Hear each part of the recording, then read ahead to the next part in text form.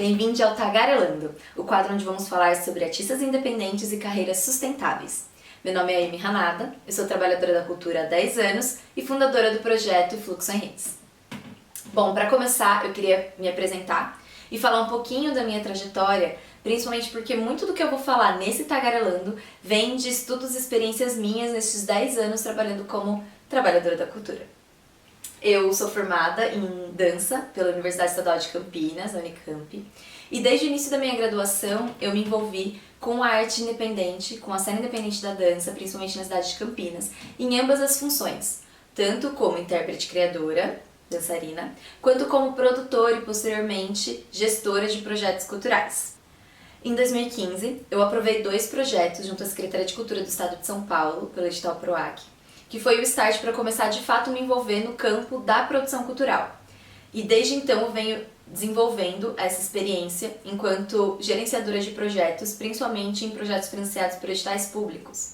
Inicialmente eu desenvolvia meu trabalho junto a grupos independentes, de maneira colaborativa, mas em 2018 eu tive uma necessidade de criar uma coisa que fosse minha, uma coisa autoral, a partir do que mais me movia, que nesse caso era a criação de redes de colaboração e afeto a partir da dança. E foi assim que nasceu o Fluxo em Redes, que eu venho desenvolvendo de maneira autoral desde então. E foi nesse processo de criação desse projeto autoral que me vieram muitos questionamentos que na verdade já existiam, mas que eu fui de fato parar para pensar. Que eram: como que eu consigo, enquanto artista independente, ter uma carreira sustentável, fazendo o que de fato eu quero fazer, sem depender de rendas extras, de rendas a partir de trabalhos que não me interessam de fato, entende? Claro que isso é algo que até hoje me incomoda, eu não encontrei todas as respostas e na verdade eu não encontrei nenhuma, mas foi a partir destes questionamentos que eu encontrei estratégias para poder me estruturar enquanto artista independente, estruturar o meu projeto. E é isso que eu quero compartilhar com vocês nesse quadro. A primeira coisa que eu entendi e que me ajudou muito a pensar uma forma sustentável de manter o meu trabalho enquanto artista independente é que eu sou uma empresa. Eu me entendi enquanto uma empresa. Sim, cada uma e cada um de nós somos uma pequena empresa. Por muito tempo eu fiquei achando que esse pensamento capitalista era uma coisa ruim. Mas pelo contrário, quando eu me entendo enquanto uma empresa e quando eu me entendo inserida dentro de um sistema capitalista e que eu sou uma trabalhadora da cultura, isso me ajuda a encontrar formas sustentáveis de manter o meu trabalho dentro dessa sociedade capitalista, dentro desse mercado capitalista onde a gente está inserido. Não adianta a gente querer negar isso. Então foi entendendo que ser artista era de fato a minha profissão, foi que eu consegui encontrar formas de me manter em movimento por mais tempo. A gente vai desenvolver um pouco mais pra frente isso, mas esse é o primeiro ponto pra gente de fato começar a pensar carreiras independentes e sustentáveis. É muito fácil a gente falar que o que sustenta o artista é o amor, é a paixão pelo que faz. Mas amor e paixão pagam contas? Não, né, gente? Pra mim, um ponto crucial foi quebrar essa ideia, que é uma ideia pra mim elitista, né? Porque só quem consegue fazer coisas por amor e paixão e não por dinheiro são pessoas que não precisam do dinheiro, que já têm o dinheiro dado.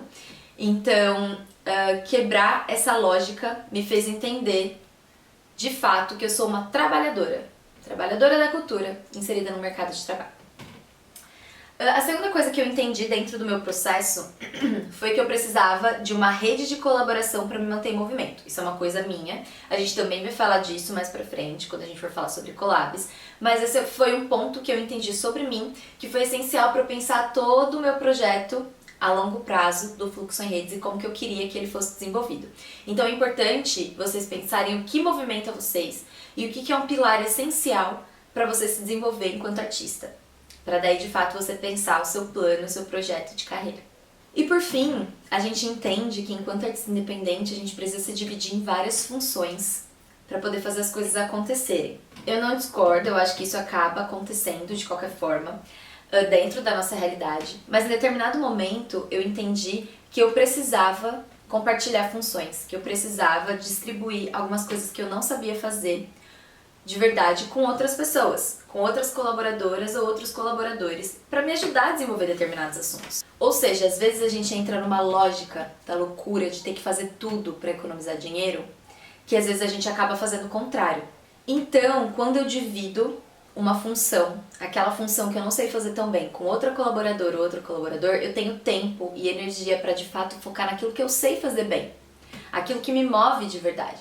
E aí eu acabo otimizando tempo e dinheiro. Às vezes parece que não, mas eu acabo otimizando tempo e otimizando verba, focando naquilo que eu sei fazer de fato e deixando que outras pessoas façam aquilo que elas sabem fazer de fato, para que o meu projeto aconteça.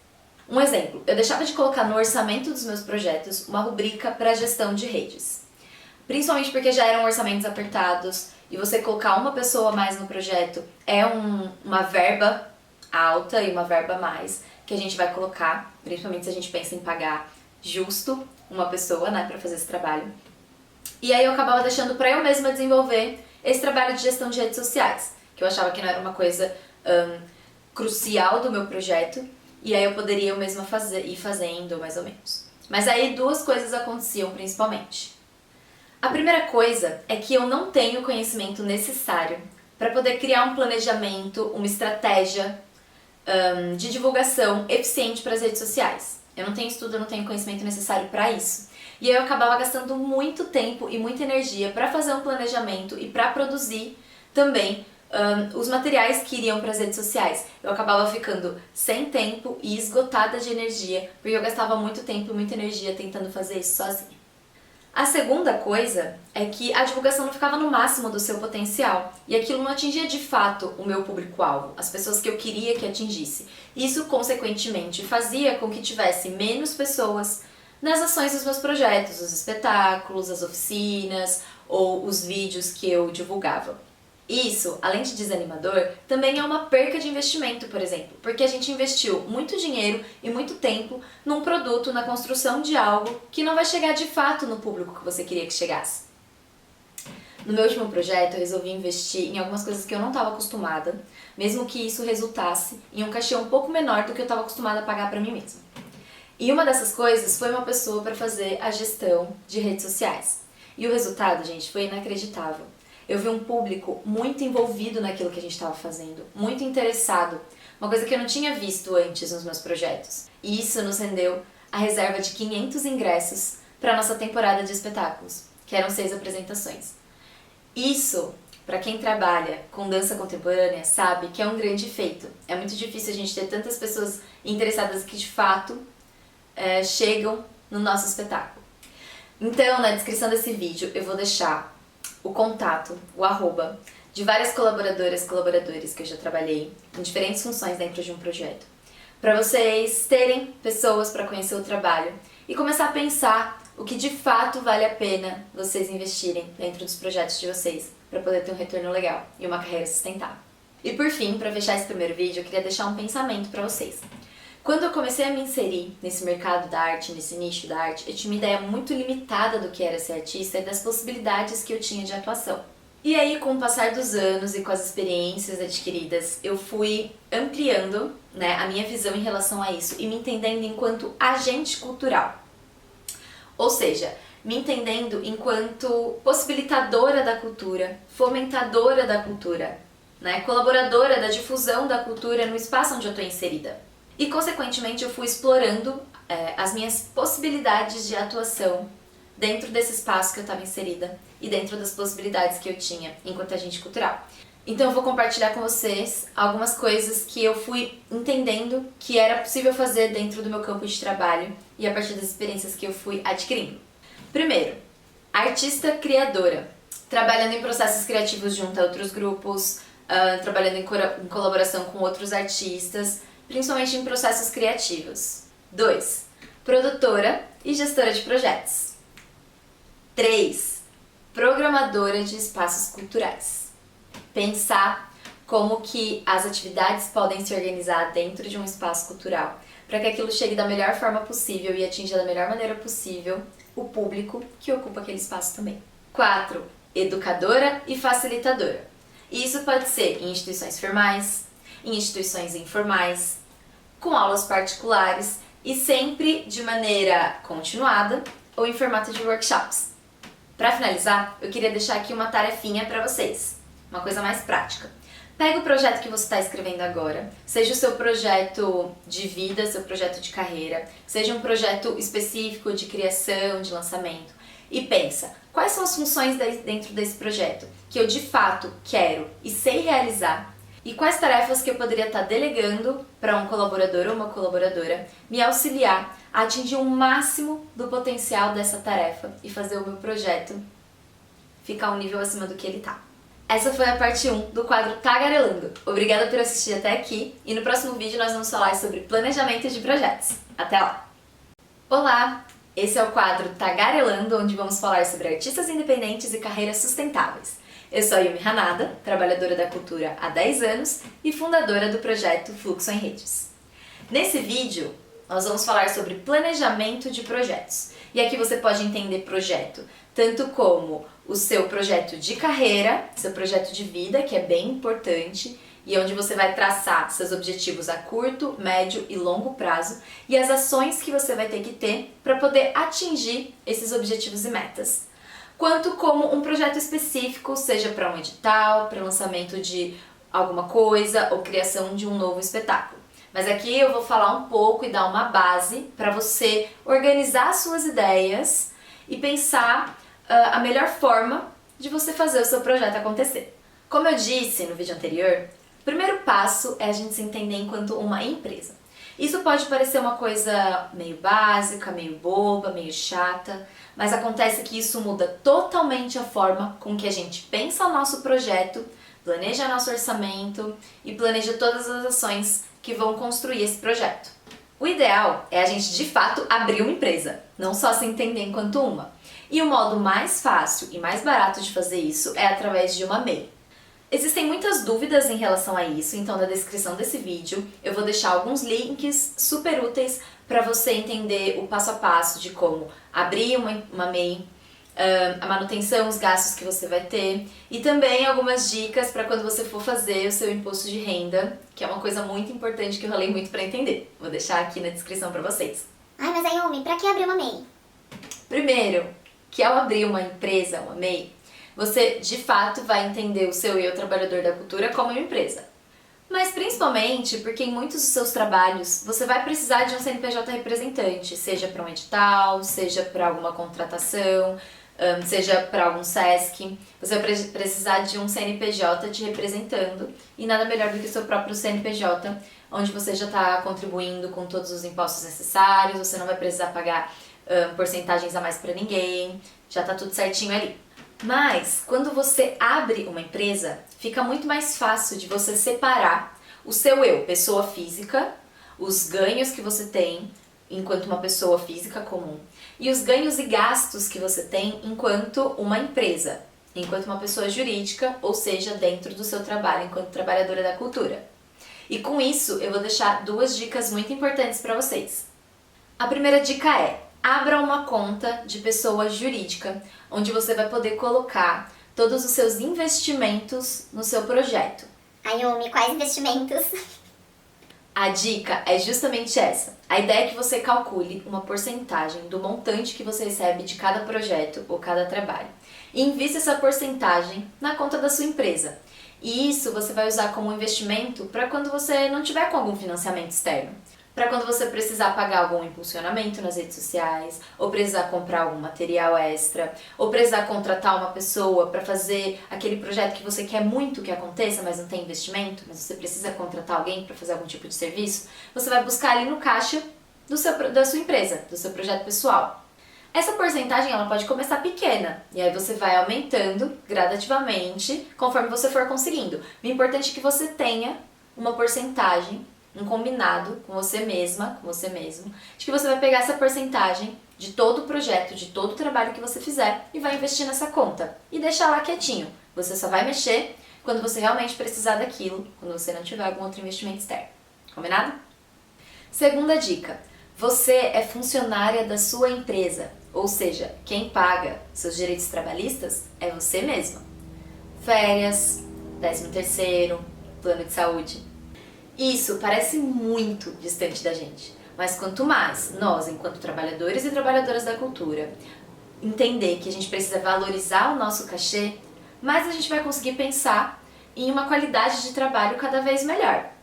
Então, toda vez que você for calcular o seu cachê para um projeto ou para qualquer trabalho que seja, não joga lá embaixo para você ganhar mais fácil ou para ser mais competitivo. Pensa que dentro do seu cachê ele tem que estar inserido todos os seus direitos trabalhistas. Tem que estar inserido o seu cachê para aquele trabalho, assim como uma porcentagem do seu 13º, uma porcentagem das suas férias, uma porcentagem do seu plano de saúde.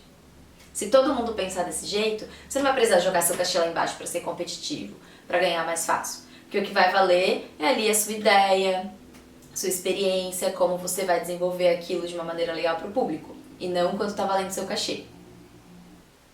Bom, mas bora pro passo a passo do nosso planejamento. Primeiro, é muito importante que você trace seus objetivos.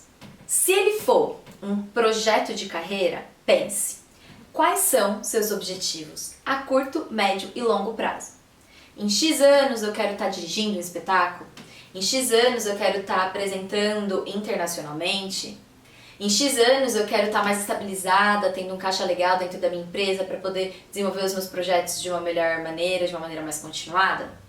Agora, se for um projeto para uma ação mais específica, como a criação de um espetáculo, circulação de um espetáculo, um novo lançamento, pensa: o que eu quero com esse projeto? Quantas ações eu vou desenvolver a partir desse projeto? Quantos espetáculos eu vou apresentar? Como vai ser o meu lançamento? Quantas pessoas eu quero atingir? Por quais lugares eu quero passar? E aí, a partir dos seus objetivos, que você vai entender as ações que você vai ter que ter para poder alcançá-los. 2. Crie o escopo do seu projeto. O escopo nada mais é do que você descrever tudo que vai ter no seu projeto, da maneira mais detalhada possível.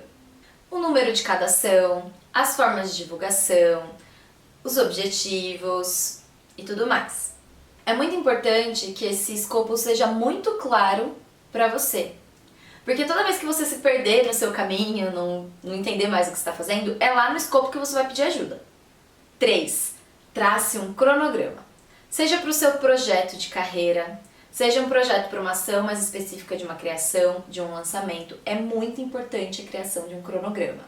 Principalmente porque quando você não tem uma noção da duração do seu projeto, por quais etapas ele vai passar, quando ele vai se findar, fica muito difícil e desanimador de você poder caminhar com esse projeto e entender a forma com que ele vai acontecer. E aí uma dica muito valiosa: seja realista nesse cronograma. Não coloca nem tempo demais, com medo de não dar tempo, você já tem experiência naquilo, você já tem uma noção de quanto tempo aquilo vai levar. Lógico que pensando em todos os percalços que pode acontecer no caminho, né, colocando uma gordurinha ali em cada tempo. Mas não coloca nem tempo de mais e nem tempo de menos, tá? Tenha muita paciência e fidelidade com esse cronograma. Lógico que ele pode ser alterado, mas ele vai ser alterado ao longo do percurso, conforme algumas necessidades forem acontecendo. Combinado? 4. Forme uma equipe. Mesmo que essa equipe seja você e mais uma pessoa, você e mais 2 pessoas, não precisa ser uma equipe enorme. Mas forme uma equipe para você saber exatamente o que é função de quem e principalmente não sobrecarregar ninguém e nem você mesma. E você mesmo, principalmente. A gente já falou um pouquinho sobre a importância de delegar algumas tarefas, que são aquelas tarefas que você não sabe fazer 100% para alguma colaboradora ou algum colaborador.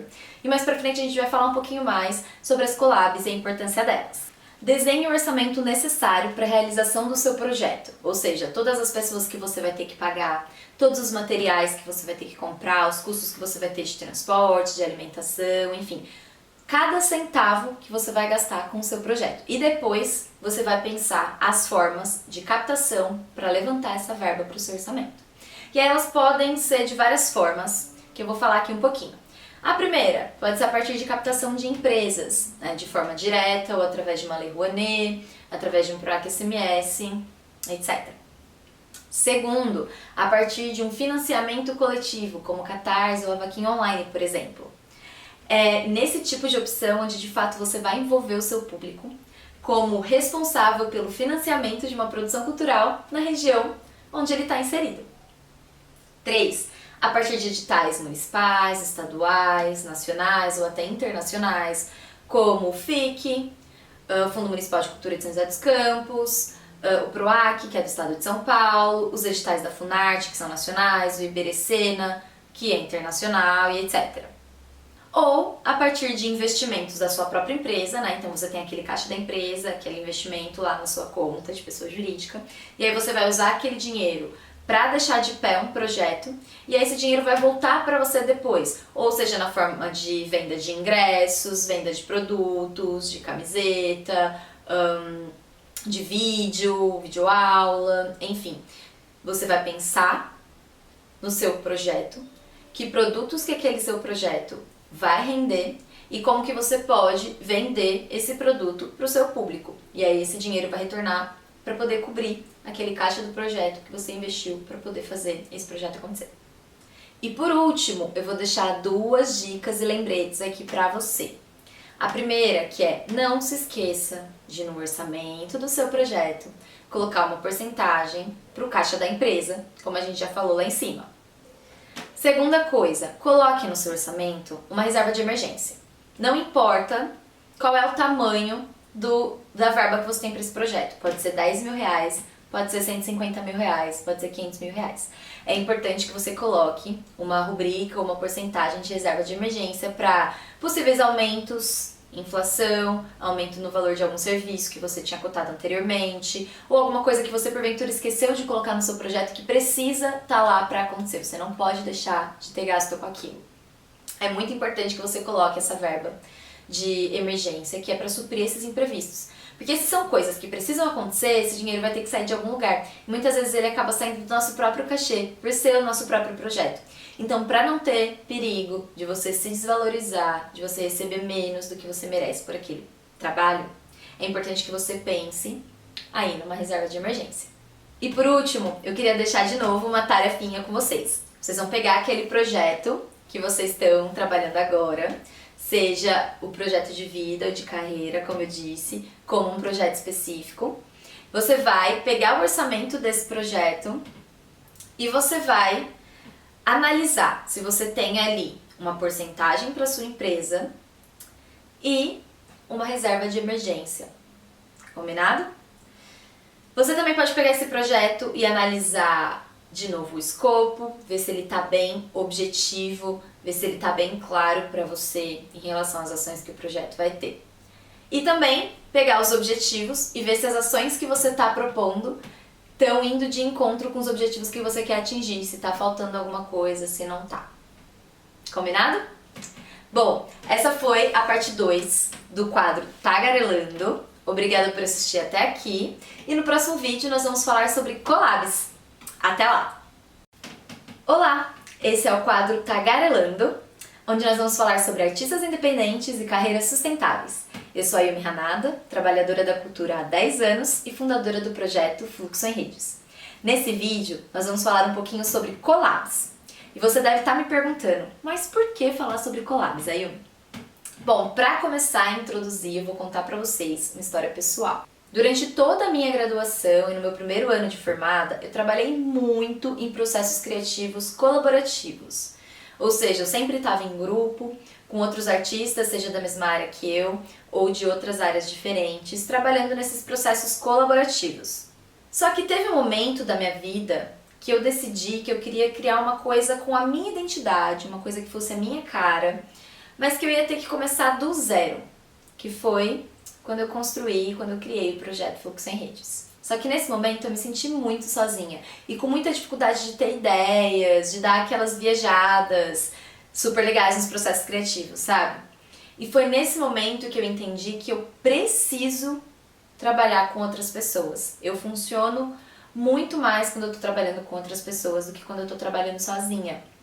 Nos momentos de processo criativo mesmo, eu não tô nem falando de colaboradores e colaboradoras que vão fazer algum tipo de trabalho, como a gente já falou, como gestão de redes, ou que vai fazer uma filmagem pra mim e tudo mais. Falando dentro de um processo criativo mesmo, eu sou uma pessoa que tem muita dificuldade de trabalhar sozinha e nesse momento eu tive um entendimento, um insight, de que eu preciso ter pessoas trabalhando comigo nos processos criativos. E pra mim isso é positivo de várias maneiras. Primeiro, porque pra mim 2 cabeças ou mais pensam muito melhor que uma. Depois, porque ideias compartilhadas ganham clareza com mais facilidade. Então, às vezes eu tenho uma ideia na minha cabeça, mas eu preciso contar ela para alguém. E dessa forma a ideia vai ganhando forma. E por último, porque diferentes vivências ampliam também nossos horizontes e nossas visões sobre as coisas. Às vezes eu fico só na minha vivência, na minha experiência, mas quando eu tenho outras pessoas junto comigo, isso faz assim, porque eu vou conhecer outras histórias de vida, outras vivências, outras experiências que vão gerar outras ideias de outras pessoas. Só que eu sabia também que eu não queria ter um grupo fechado de pessoas, com as mesmas pessoas, e que a gente vai se ver continuadamente, sabe?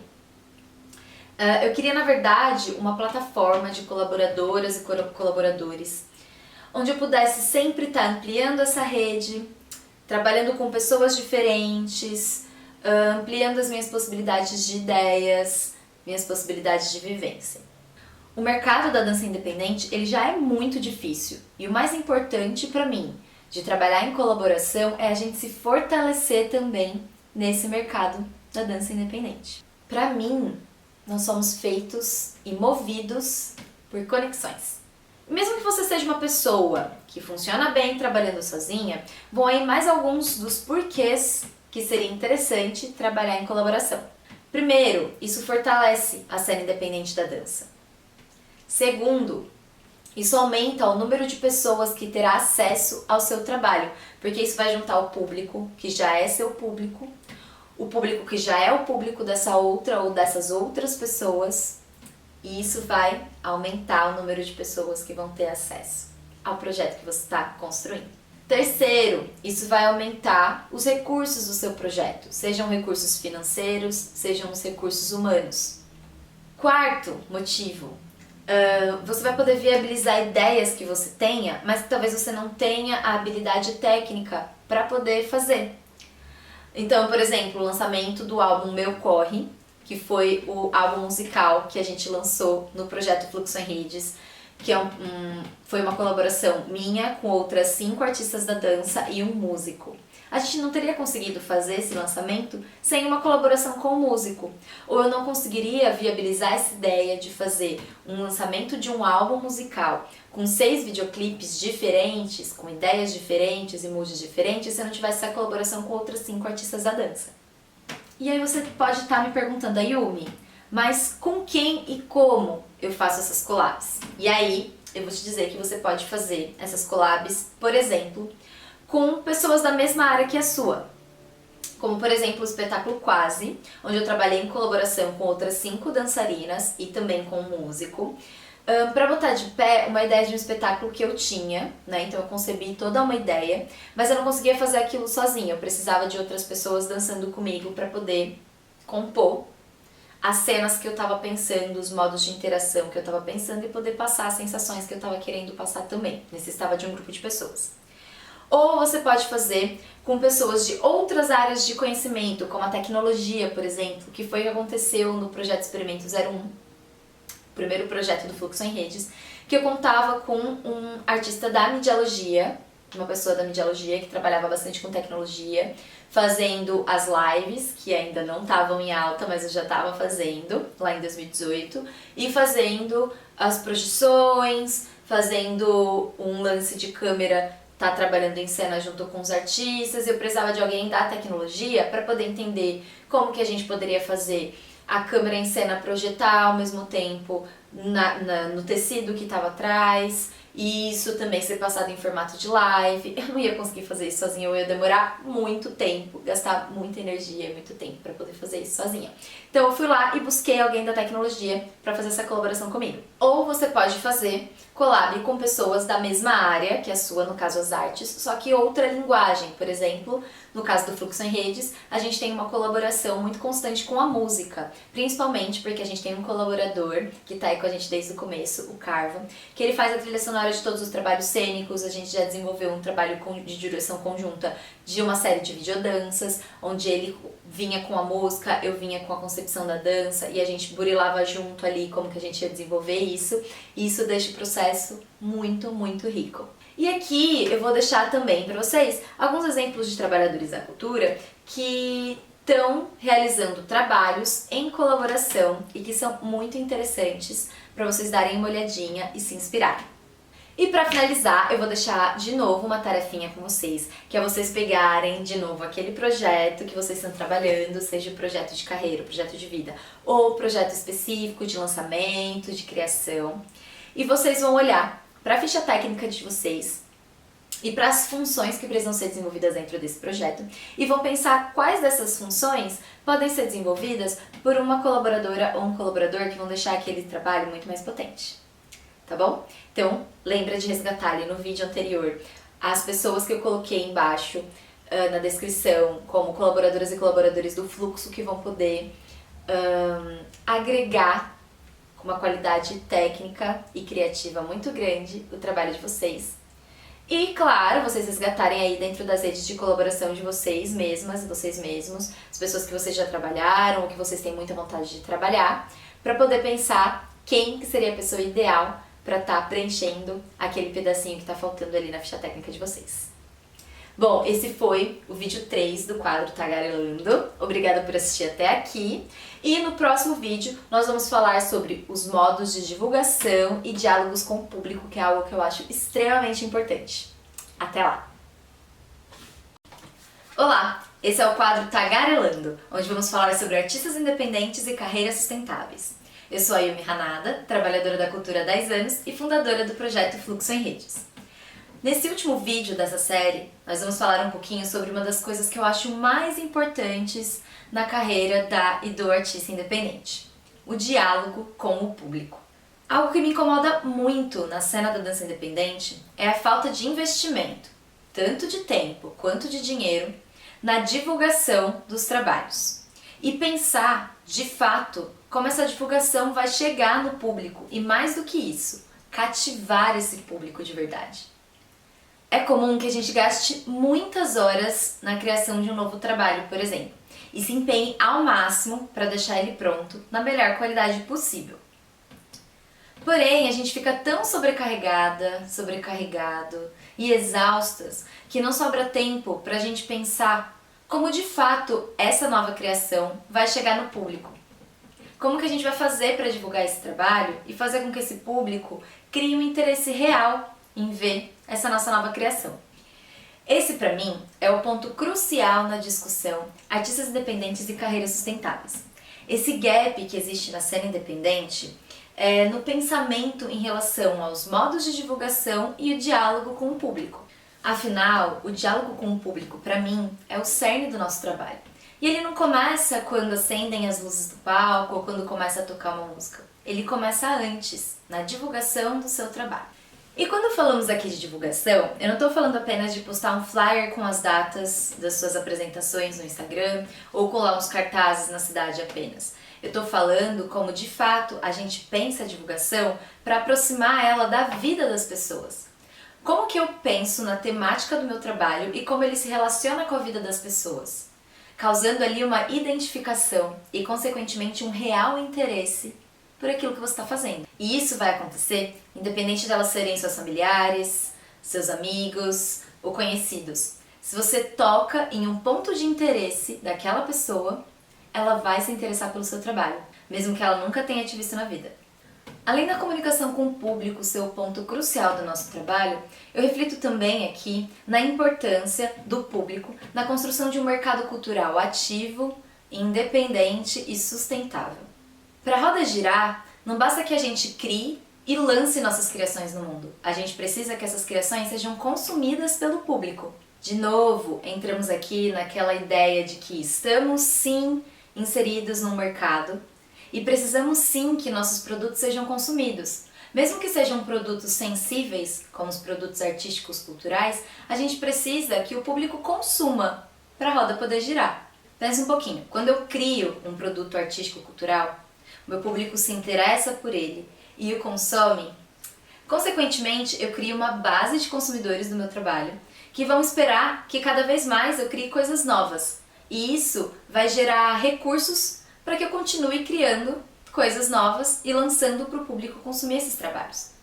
Agora, se a gente gasta muito tempo criando um produto que não vai ser consumido, consequentemente eu não vou ter energia e nem recurso para continuar os meus trabalhos de criação e lançar os meus produtos no mundo.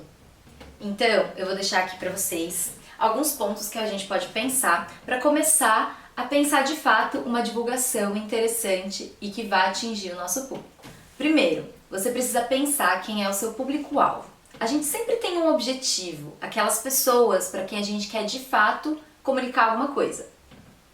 Quando a gente tenta falar para todo mundo, a gente acaba não falando para ninguém. E esse é um ponto muito importante para a gente pensar. Com quem a gente quer falar? E isso não significa que a gente vai deixar de falar com outras pessoas, que a gente não vai comunicar nada para outras pessoas. Não, significa só que a gente vai focar em um grupo de pessoas e falar mais diretamente com essas pessoas. E se isso respingar em outras pessoas que estão fora do nosso público-alvo, melhor. Mas é importante que a gente pense naquele grupo específico com quem a gente quer falar, para fazer uma divulgação mais coesa e mais potente para aquele grupo de pessoas.